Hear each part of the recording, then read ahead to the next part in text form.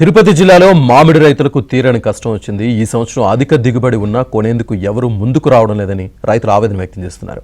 ప్రజాప్రతినిధులు, గుజ్జు పరిశ్రమ యజమానులతో జరిపిన చర్చలు సరైన న్యాయం జరగకపోవడం లేదని రైతులు విలపిస్తున్నారు. దీంతో రైతులు కష్టపడి పెంచుకున్న మామిడి చెట్లను నరికేశారు.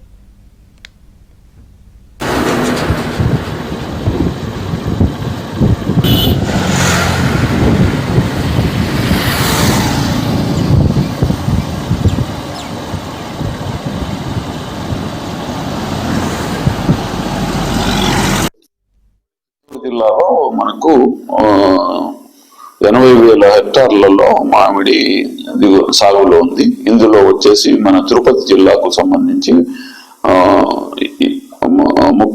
24,000 హెక్టార్లలో ఉంది, సాగులో ఉంది. ఈ 24,000 హెక్టార్లలో 14,500 హెక్టార్లు వచ్చేసి ఓన్లీ తోతాపూరి సాగులో ఉంది. సో దీనికి గాను ఈసారి మనకు అధిక దిగుబడి రావడం ఒకటి.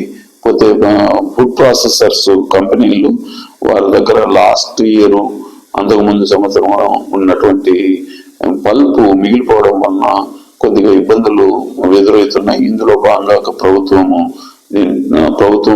ఈ రైతులకు మేలు చేయాలనే ఉద్దేశంతో డిస్ట్రిక్ట్ కలెక్టర్ తిరుపతి మరియు చిత్తూరు వారు చాలా సార్లు ప్రాసెసర్స్ తో మీటింగ్